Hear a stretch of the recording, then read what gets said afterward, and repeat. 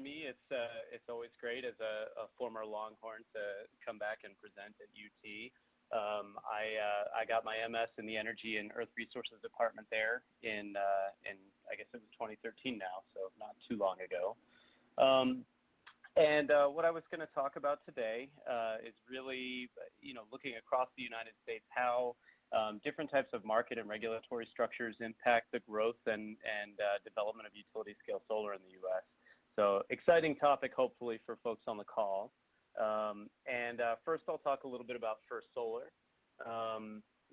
Just looking at this slide here to show the different kind of companies that we've worked with throughout the U.S. and throughout the world. We are the largest U.S.-based utility-scale solar panel manufacturer and installer. We've got over 13 gigawatts of our panels installed worldwide. And, here in the U.S., we're one of the leading installers throughout the country with a lot of capacity in the Southwest, in California and Arizona and Nevada particularly, but also here in Texas where I'm based, and throughout the eastern U.S. as well, where I focus a lot of my time in addition to Texas. We, as a company, cover the entire solar value chain. We manufacture panels, obviously, but we also develop projects, which means going out and securing land, identifying ideal land for solar project development. We finance our projects. We do the construction and balance the system, as well as once a project has been built, we manage its operations and maintenance in many cases. And one of the things that we're very proud of at First Solar is our work with our projects to maintain grid reliability and support integration into the grid as in particular utility scale solar starts to grow rapidly as it has throughout parts of the U.S. Grid operators need to know that that companies like ours can help them balance their system needs and work with our systems to improve actually their system reliability. I'm happy to talk about that more at the end if there are any questions. First, I want to talk briefly about our technology. We use CAD-TEL panels that we manufacture in our Ohio plant in Perrysburg, Ohio, as well as in Malaysia.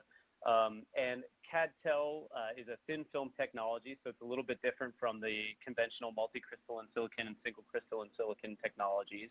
Historically, it's been thought of as a slightly lower efficiency panel, but as you can see now, we're regularly, over the last 4 or 5 years, we've been heavily investing in our technology and our manufacturing process, and we've achieved substantial gains that now puts us on a very good footing with multi-crystalline silicon and puts us in a competitive space with single crystalline silicon. So just a little bit about our technology. CAD-TEL has several different advantages. It's much more low cost to manufacture as a thin film technology. It also does better in high humidity, high heat conditions, as well as relatively low light conditions, areas where it's dusty, that sort of thing. So we've got several different advantages, and as we continue to improve our efficiency, our market share throughout the world is growing, and especially here in the U.S. Now, just a little bit of background on myself briefly before I get into utility-scale solar for folks on the call. I've been in the energy industry for, I guess, almost 15 years now. I started out at ICF Consulting doing wholesale power analysis. So my background is really in wholesale power economics, and I've worked at the Lower Colorado River Authority here in Texas, which is a utility here, as well as Environmental Defense Funds, Converge, working on demand response issues, and now at First Solar, where I sit on ERCOT's Technical Advisory Committee. So I spend a lot of time on technical regulatory issues. It's exciting stuff. Hopefully I'll convince you of that throughout the course of the call. So just briefly about where utility-scale solar is in the wholesale power landscape. This is the most recent information from Lazard Capital. They release this every year, and it's really the most up-to-date that I've been able to find, the most up-to-date analysis on the levelized cost of energy, that is the dollar per megawatt hour cost of energy of a wide variety of different technologies, as you can see. Now, what's interesting here, and I'll use my cursor to kind of highlight it, but you've got the red circles already, unintentionally maybe blocked out the crystalline silicon utility scale solar, but you can see that utility scale solar in general, specifically thin film, but also even crystalline, is extremely competitive with other renewable energy technologies, but also with conventional energy technologies, including a natural gas combined cycle, a gas peaker, which is in the $165 to $218 per megawatt hour range. Off the top of my head, I can't remember what price of natural gas this assumes, but it's, I believe, a relatively conservative one. So this is just to really show where the economics of utility scale solar are today, and as you can see, they're very compelling. And I should also add, as it notes at the top of this chart, that this is the unsubsidized levelized cost of energy.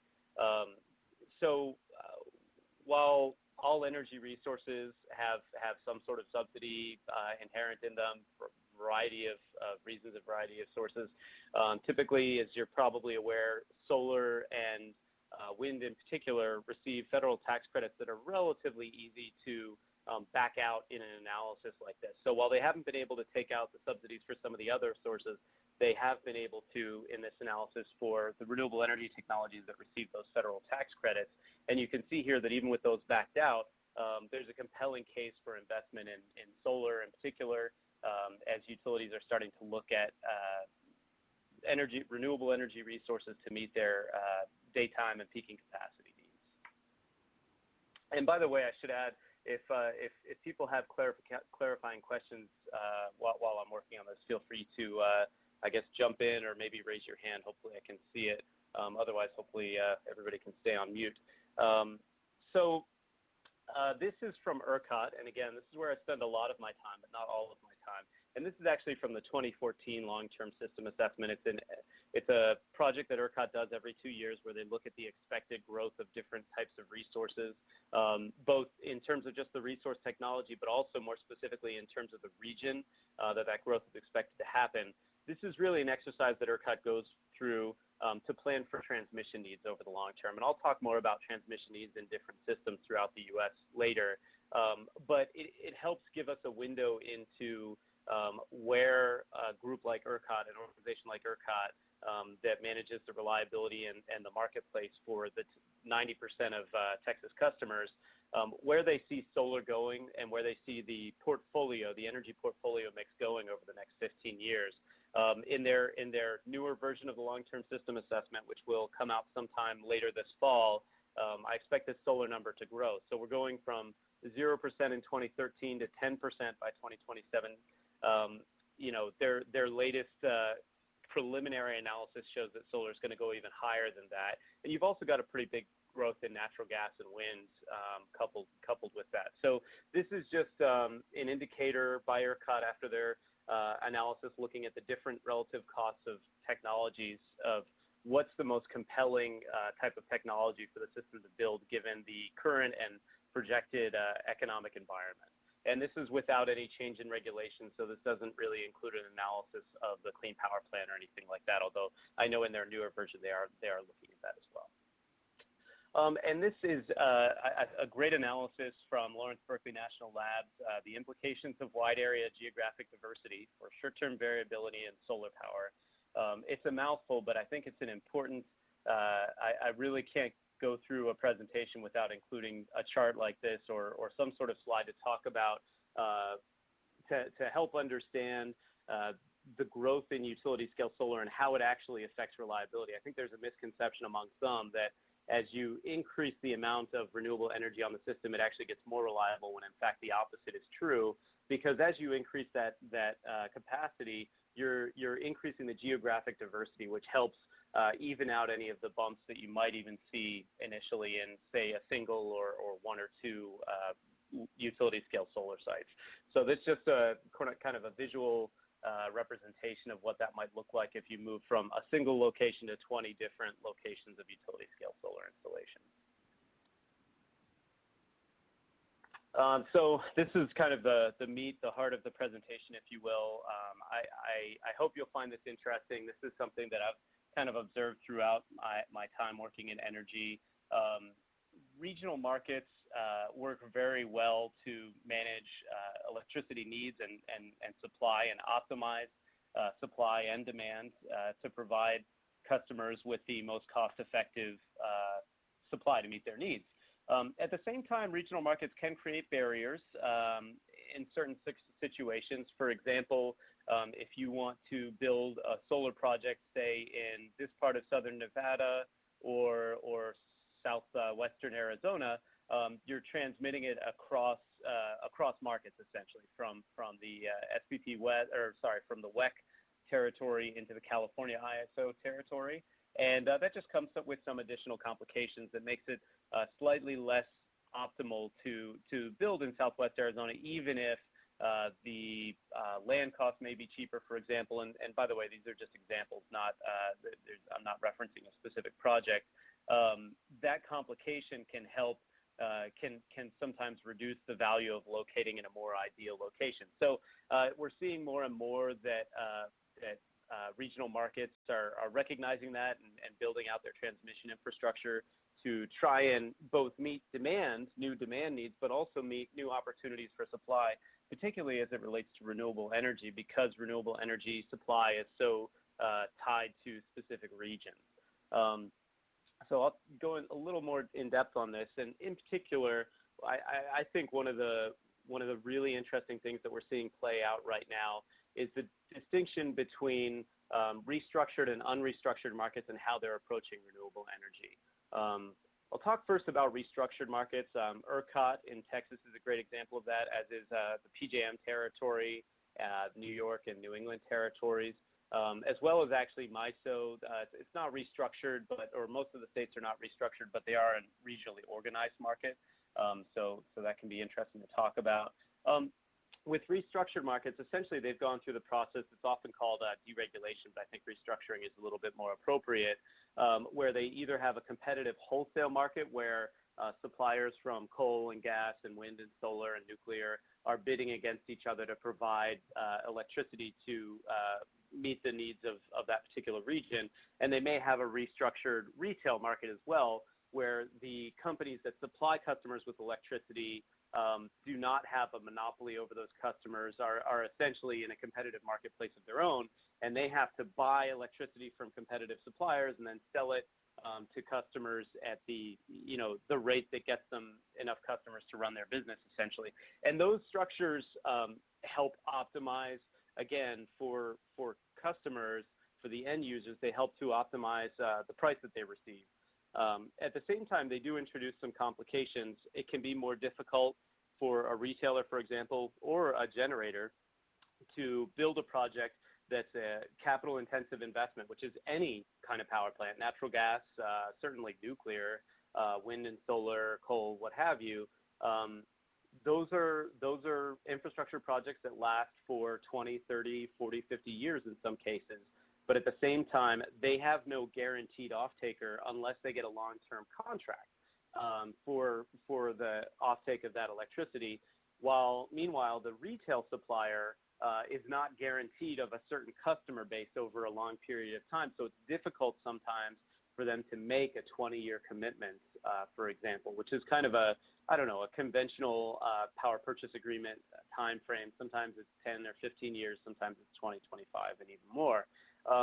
So that can complicate things in certain situations, but I think it is worth noting that you're starting to see some, and in particular for solar, we've built an open contract power plant. I think it's the first of its kind solar project in West Texas, where we're actually selling our electricity on the wholesale market as opposed to looking for a long-term power purchase agreement for our Barilla project.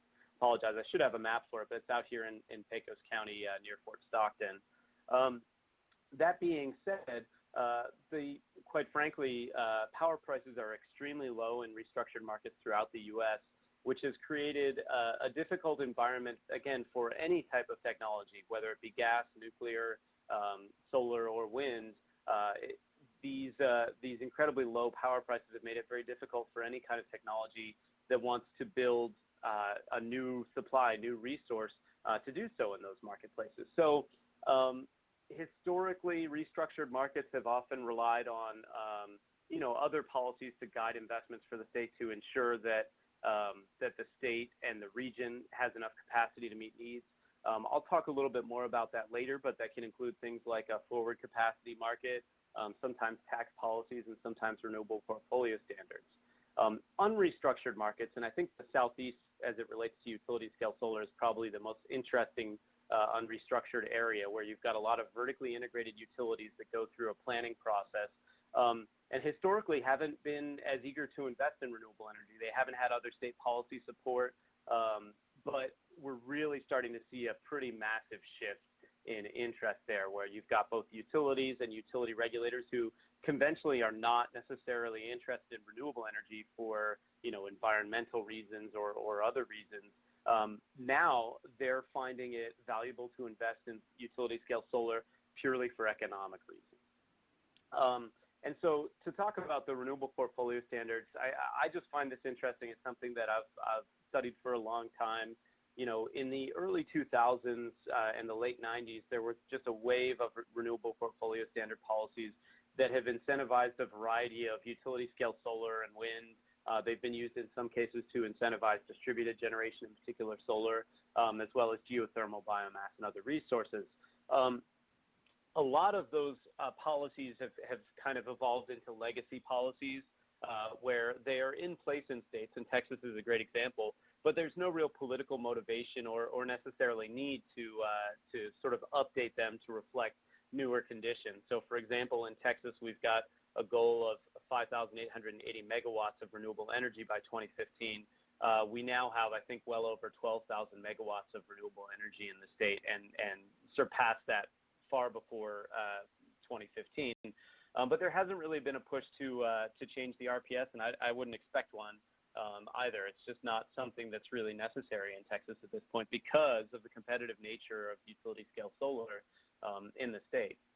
At the same time, some states like California and New York in particular have recently pretty dramatically increased their RPSs to 50% in both states, actually. New York's was just announced last week, I believe it was, and they still have to work through a lot of policy issues to kind of set up the framework to make sure that they get there. But so some states are still kind of stepping out and being more aggressive with renewable portfolio standards.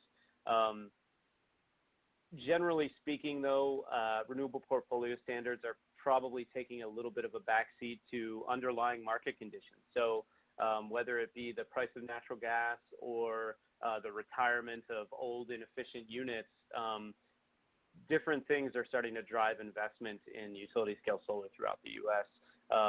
That being said, it's no secret, I think, that in restructured markets in particular, as I said before, the wholesale price of power is at a place where it's too low to invest in any type of new technology in the near term, unless there is some sort of a clear market signal like, again, these RPS policies, or, maybe it's a carbon price or a tax incentive or something else that will help these utility scale solar projects in those states know that they're going to be viable for the long term in a competitive market. In terms of states that are unrestructured, as I would call it, maybe that's not the best term, but most of those states go through an integrated resource planning process, and that's there's a great flow chart here. It looks a little bit confusing, but I think it's a really excellent flow chart from the Regulatory Assistance Project that shows how the integrated resource planning process typically works. You see this a lot in the Southeast, and as well as just sort of the general western parts of the western U.S. that are not restructured. And this has created a very interesting dynamic. In particular, I want to focus on the Southeast, where, as I said, historically, regulators have not focused on renewable energy development. There hasn't been a drive from the legislature, most likely, well, for a variety of reasons, but actually because in the Southeast historically, it wasn't seen as a region having particularly good, well, it certainly doesn't have a very good wind resource for most of the Southeast, but it also wasn't seen as having a very good solar resource compared to, for example, the Southwest. But what we're finding now is with the continuing decline and increasing competitiveness of utility scale solar, is that the Southeast is now in play. Essentially, utility scale solar is increasingly competitive with conventional resources, and because these states go through these kind of prescriptive planning processes where they look at what their demand is going to be 5, 10, 15 years from now, and they develop a plan to build out resources to meet that need. They're in a position now to make investments for the long term that are maybe a little bit more difficult in restructured markets. And so what we're seeing are, for example, in North Carolina for the last few years has been one of the biggest solar growth states in the U.S. Georgia just announced from their integrated resource plan an additional investment in, I believe, 1,600 megawatts of utility scale renewables. I think it's fair to say that there's an expectation that most of that is going to be utility scale solar. Mississippi, Alabama, Louisiana, Arkansas, all of those states, regulators are starting to really see an advantage in investing in utility scale solar, again, based primarily on the economics. So that's been a very interesting development where, maybe 5, 10 years ago, the Southeast was kind of seen as a no man's land when it came to renewable energy development. As renewable energy has gotten more and more competitive, politics have been less of an issue, where it doesn't really, the environmental community maybe doesn't need to make the push as hard because the economics are compelling in that region. And so we're starting to see that throughout the U.S. It's been the case in the Southwest and in Texas for some time now, but we're really starting to see a pretty significant shift in the Southeast. And I think it's fascinating, and it's going to be exciting to see it play out over the next several years. So I didn't realize this slide was animated. This is actually better.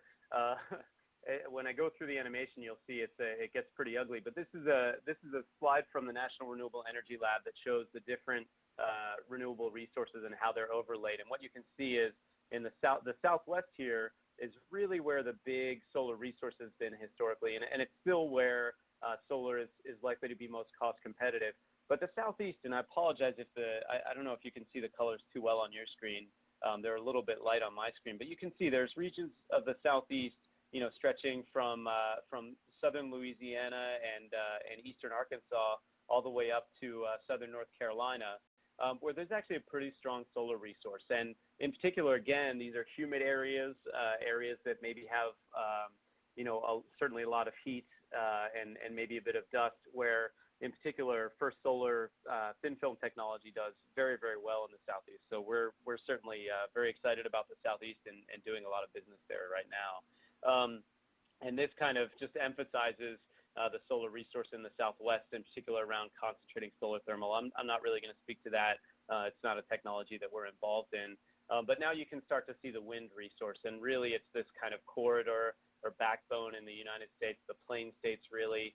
You start to see some resources in some of the Midwestern states, and we're actually starting to see some offshore wind development in the Northeast Atlantic. And then you've got biomass, and it starts to get really ugly with geothermal. Not to say that geothermal is bad, but just that the map gets a little bit busy at this point.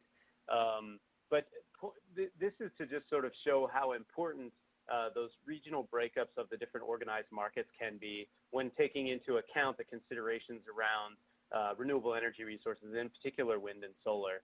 So when you've got these regionally disaggregated markets that may or may not line up with the good solar resources, that sometimes can make it more difficult to develop.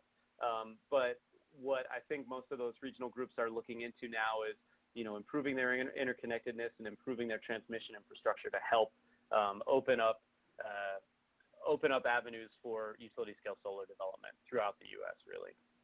And we've got hydropower. I'm just going to kind of click through these. I apologize. I didn't realize it was all animated. And the transmission infrastructure, this is what I wanted to get to. So, again, you can see kind of where the wind resource is and the solar resource. The transmission is a little bit more sparse in some of those regions. And, again, that's something that that is starting to change and evolve throughout the U.S.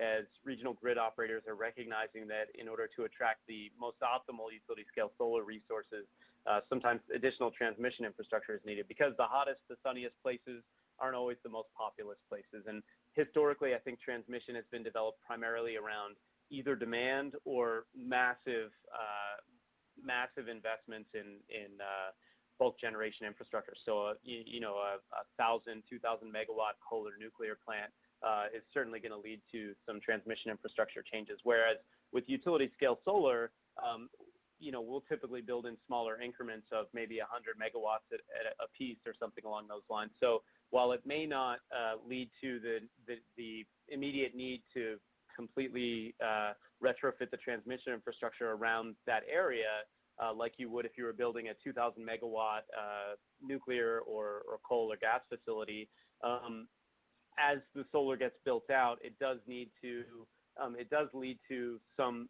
benefit for the regional grid operator to expand their transmission infrastructure, and I'll talk a little bit more about that in a minute. So transmission infrastructure. I want to talk about two things that are really interesting that are going on right now. The regional integration of the Western markets is fascinating to watch. I'm watching it from a distance, as that's not really my region that I focus on today. We've got a lot of people on our regulatory team that focus on the Western U.S. I have the benefit of focusing on Texas and the Eastern U.S. But what we're seeing is, as in particular, California's 50% RPS is driving investment. And then in other states, we're seeing just whether it's NV Energy or Utah with Pacific Core East, we're seeing a lot of interest in investing in solar, utility-scale solar, primarily based on economics. At the same time, because the California ISO has such an ambitious goal for renewable energy, and yet they're relatively isolated from the other states, there's been a push to integrate the markets in the Western U.S. They're historically very disaggregated, and what you're starting to see is utilities, Pacific Core in particular right now, but I think a lot of other utilities in the region are getting interested in joining a regionally organized market, which will help them meet all of their needs, not just their renewable energy needs from different parts of the Western U.S., but also help facilitate their needs if they've got other facilities that are retiring and they maybe need some additional power from another region that maybe doesn't need it as much. And at the same time, it allows them to better integrate their transmission planning and their generation planning for the path forward for those regions. So that's going to be very interesting to see it play out. I wish I could offer a little more detail on this, but I think it's worth for folks that are interested in how regional transmission organizations and organized wholesale power markets manage large amounts of renewable energy. I think this is going to be a fascinating area to watch. And just to sort of, this is from the California ISO, a chart that just sort of demonstrates one of the potential benefits of further integrating their markets. It's a small difference, but it can actually be an important difference when you're talking about a marginal price. And what they're showing here is when you combine those Pacific Core regions, Pacific Core East and West, with the California ISO, the combined load, the combined demand of that footprint is actually slightly lower than if you were to just simply take the demand from Pacific Core and the demand from the ISO and add them together. So this is one of those instances where the sum of the parts is actually less than the whole in a good way. And again, even though this might seem like a small amount, we're talking about the peak demand for the region, and in which case the marginal cost of that can be very high if it's being met by, for example, natural gas peakers. And then this is just a map of West Texas. I apologize, it's kind of slapped in here, but this is from a presentation that ERCOT put together. And what they're looking at is the transmission infrastructure in West Texas and the potential for growth in solar in the West Texas area. There's a lot of potential throughout West Texas for solar. And what they've seen in ERCOT generally is at the same time, there's a lot of need for transmission infrastructure and expansion in the region because of oil and gas demand, actually. And there's a lot of industrial demand, even with oil prices and gas prices where they are today. The Permian Basin region has still seen a lot of oil and gas production and continues to see demand there. And that demand is leading to a need for additional transmission infrastructure that's likely going to have the added benefit of providing access for new and more cost-competitive solar than maybe is even currently in the market in ERCOT today. So this is just one example where you've got kind of mutually aligned interests from parties that historically have not really been aligned or even in the same industry, more or less, because natural gas and and oil production are very separate from obviously utility scale solar development. So I just want to wrap up here talking about environmental regulation. And I think, a couple of things to recognize that this is kind of a timeline that I've put together that includes some of the federal investment tax credit extension and the impact of that and the timeline of that, along with things like the Clean Power Plan, the Cross-State Air Pollution Rule phases, Mercury and Air Toxics Rule, and ambient air quality changes. So this is really just to sort of show the timeline of these different programs and incentives and how they're likely to affect utility scale solar development. So you can see right here, the investment tax credit extension starts to step down for projects that have commenced construction. In 2019, you begin this kind of gradual step down over time. And then by 2023, if you want to receive the 22% investment tax credit before it goes down to 10% permanently, you've got to have your projects placed in service by the end of 2023. This creates, I think, a near-term incentive from utilities and from regulators to invest in utility-scale solar while they can still gain the benefit of the investment tax credit. At the same time, we've got these kind of other programs from the EPA largely that are kind of changing the economics of the wholesale marketplace. So I think that there are a lot of companies and utilities out there that have already been internalizing some form of cost of carbon. I mean, everybody from Exxon to utilities. I can't think of any off the top of my head, but I know several utilities have been internalizing this price for some time. But now the EPA regulations are likely to create a meaningful price. Essentially, they're going to fully internalize the externality, or maybe fully isn't the appropriate language, but they're going to make this price real and realized in the markets. And what that does is creates a sort of a mid or longer term pressure on the markets to value the benefit of installations of energy suppliers that don't have greenhouse gas emissions. And obviously solar is one of those suppliers. At the same time, you've got these other rules that have been in process for a long time but are just going into effect last year and this year. And those are affecting the economics of some of the older, more inefficient power plants that haven't already installed different kinds of pollution controls and are looking at this as a decision of, well, do I continue to run under this the changing environmental regulatory dynamic? Do I maybe run until the last regulations I can comply with are, I apologize, those last regulations are put into place, and then maybe mothball or retire my unit? Those are the kind of decisions that, again, are going to affect the makeup of the energy portfolio in different regions. I think there's an expectation that you'll see a lot of the older, inefficient units retiring or at least mothballing, and that's going to change the supply stack in different regions and probably create an opportunity and certainly create demand for new daytime energy supply that utility-scale solar, I think, is well poised to meet. And just my last slide, maybe it's not the best one to end on, but this is just kind of an overview of the emissions reductions that the final Clean Power Plan here in red is requiring among the different states, just to give you an idea of regionally how different the impacts are. And I think it's important to recognize that if a state already has in place, for example, the Regional Greenhouse Gas Initiative in the Northeast, those policies are embedded into the expectations for the Clean Power Plan, so that the EPA assumes that they're going to meet their reductions that are already in place, and these reductions in red are above and beyond what those states have already put into place. Same is the case for California, where it's got a very low reduction needed because they've got this 50% RPS that's already embedded, and they're planning to meet. So I hope I didn't run through that too fast, but I think that kind of wraps it up for me. I hope you found this interesting. It's maybe a little bit of a nerdy subject, but certainly one that I've been following with a lot of interest, and I'm happy to answer any questions at this point. I think hopefully we've got some time left for that.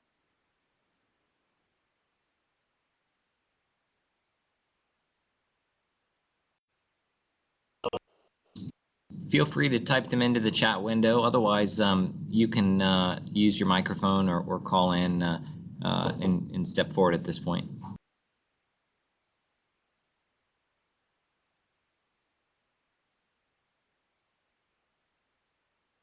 I guess it's just been that exciting.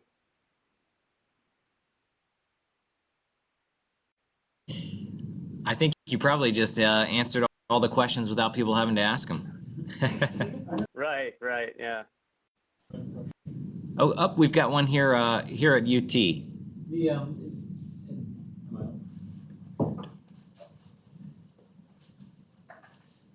Yeah, I was curious, back on these. Sorry, go on. I'm sorry. Yeah, back on the slide that was talking about, what was it talking about? It was talking about new standards that have been put in place, and you talked about how New York's had just been announced recently. It still said 2015 on it. I was curious about that. Okay, I'm just going back to that slide. So I should, the slide that you're talking about was made in 2015, or no, I'm sorry, it was actually, I downloaded it in 2016. The 50% renewable portfolio standard was just established August 1st, actually. That was just approved by the Commission August 1st. So as of June 2016, the 29% by 2015 was the existing New York RPS, and in New York, that RPS actually expired for a brief period until the Commission essentially approved this new 50% RPS, which they've been, or Clean Energy Standard actually, is the new term that they're using. But they've been working on this policy for the last year to avoid that expiration. And so that's why the date was 2015 in New York. It actually did expire, but it's been renewed and obviously increased substantially. And just really quickly, I saw a question, how robust is our grid? I guess that depends on which grid you're talking about. Let me go to this, it really depends grid to grid. I think they each have their own different metrics for grid reliability. And I guess the question is so broad that it's a little bit difficult to answer. Is it robustness in terms of, reliability as renewable energy develops? Is it around possible other infrastructure concerns? Generally speaking, the U.S. has a very robust and reliable grid throughout the U.S. We have some of the best electric service in the world, and some of the lowest levels of customers without access to electricity in the world. So just from a very high level, I think our grids throughout the U.S. are very robust and very well managed. I probably can only speak specifically maybe to ERCOT and a few other regions, but hopefully that answers the question. And in terms of worldwide progress, I don't have the numbers off the top of my head. I can tell you that in the U.S., we've got about 15 gigawatts of solar installed.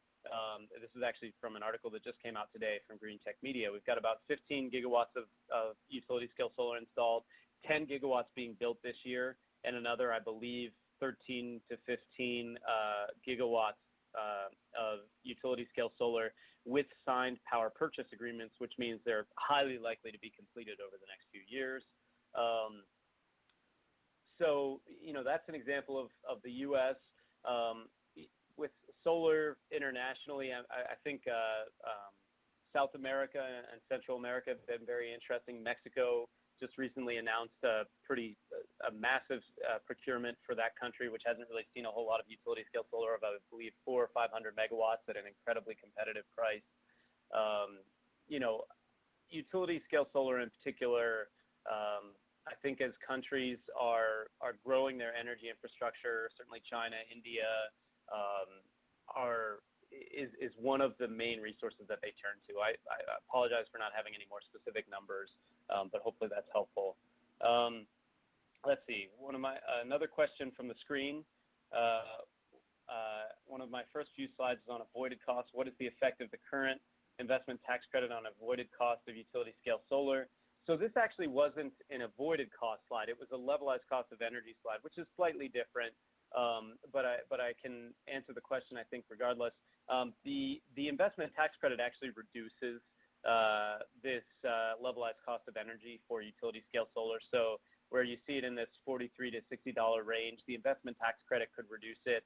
I couldn't give you an exact number. The investment tax credit itself is a tax credit for 30% of the installed cost of the project.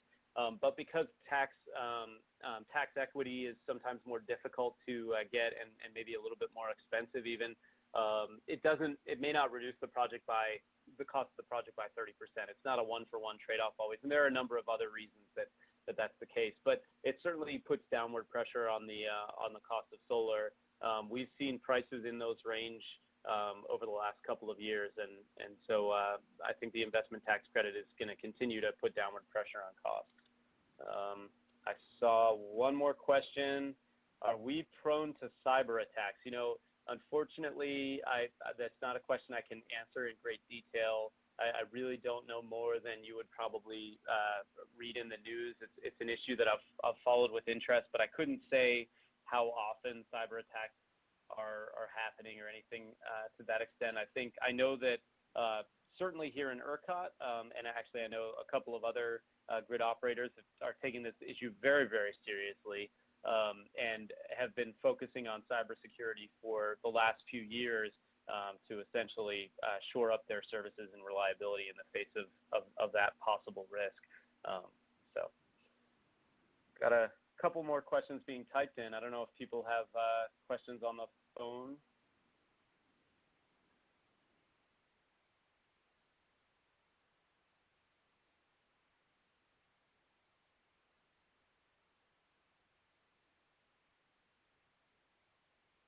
Okay, first question, does solar offer regulation ancillary service? So I can speak to First Solar's ancillary services offerings. First and foremost, we certainly offer ancillary services. We can provide ancillary services to the grid in a number of different types of ancillary services. So regulation, frequency regulation in particular, is certainly an ancillary service that we can offer.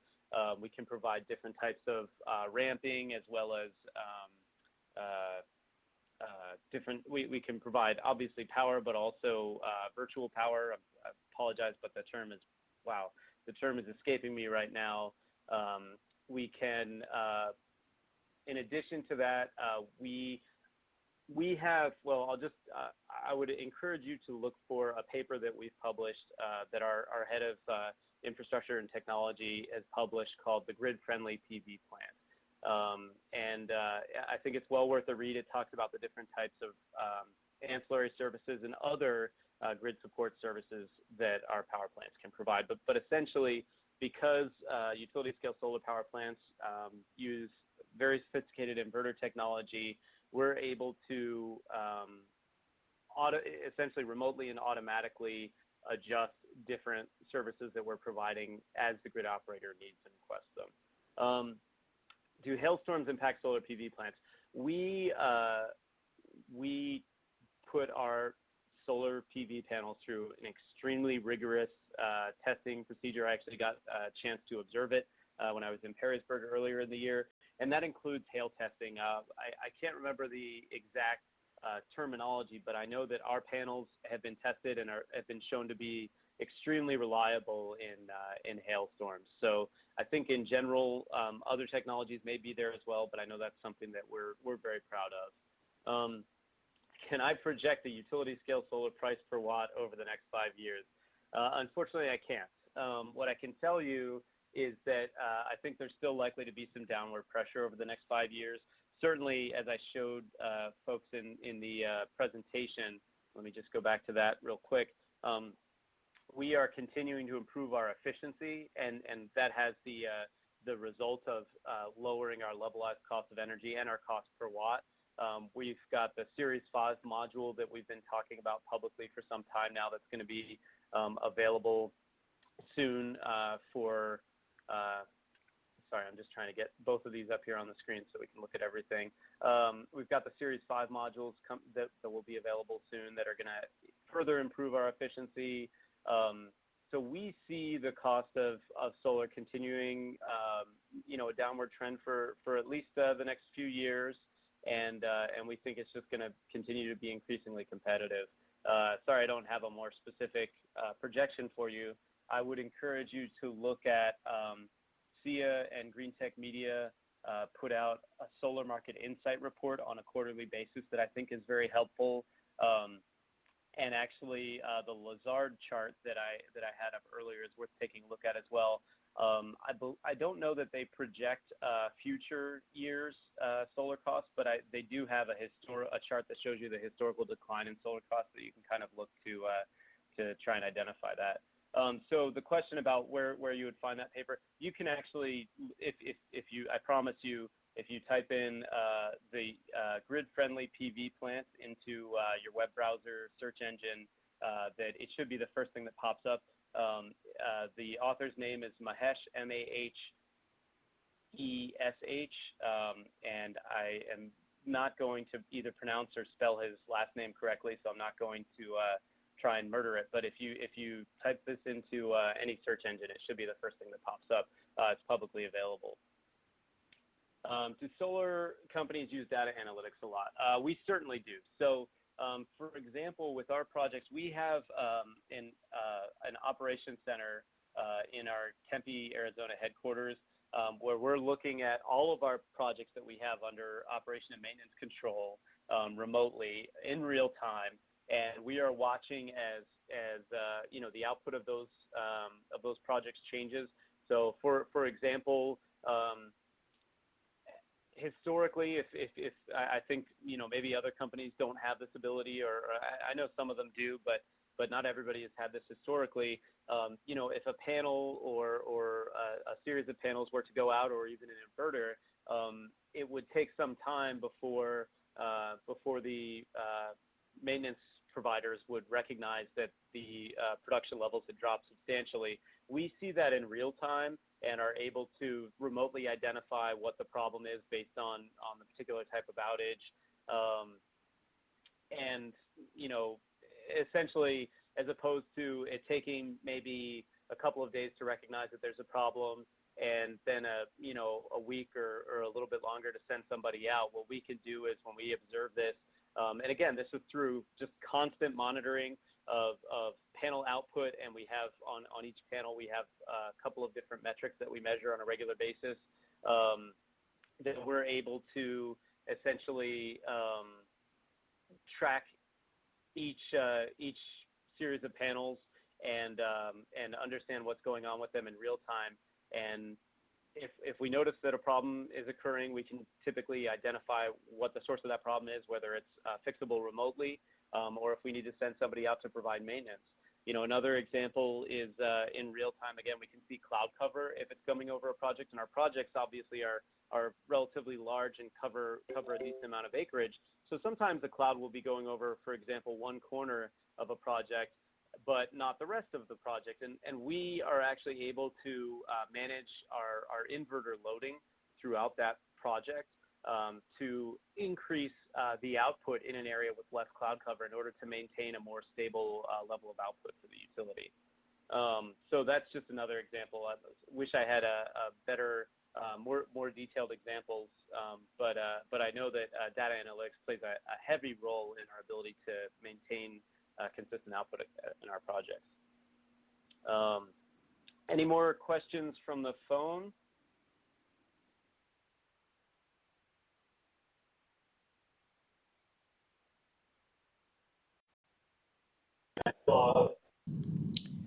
It doesn't sound that way. Thank you, Colin, so much for taking the time to answer all these questions and for really an exceptional presentation. We really appreciate it. Well, thanks for having me. I appreciate the opportunity. This was actually a pretty, I hope this was interesting for folks. It was an interesting one for me to put together. It's an issue, or a series of issues that I've been thinking about for a long time, and I think we're really going to see some interesting dynamics throughout the U.S., but in particular, as you see the kind of differentiated approaches between restructured and unrestructured markets. So thanks again for giving me the opportunity to talk about one of my nerdy favorite things to talk about. Our pleasure. Thanks again, Colin, and thanks to everyone who's joined us. This is a continuing series. We will be off in 2 weeks and then returning in September with another talk. So please keep an eye on nextgenpv.org for future presentations. And thanks once again to Colin Meehan of First Solar.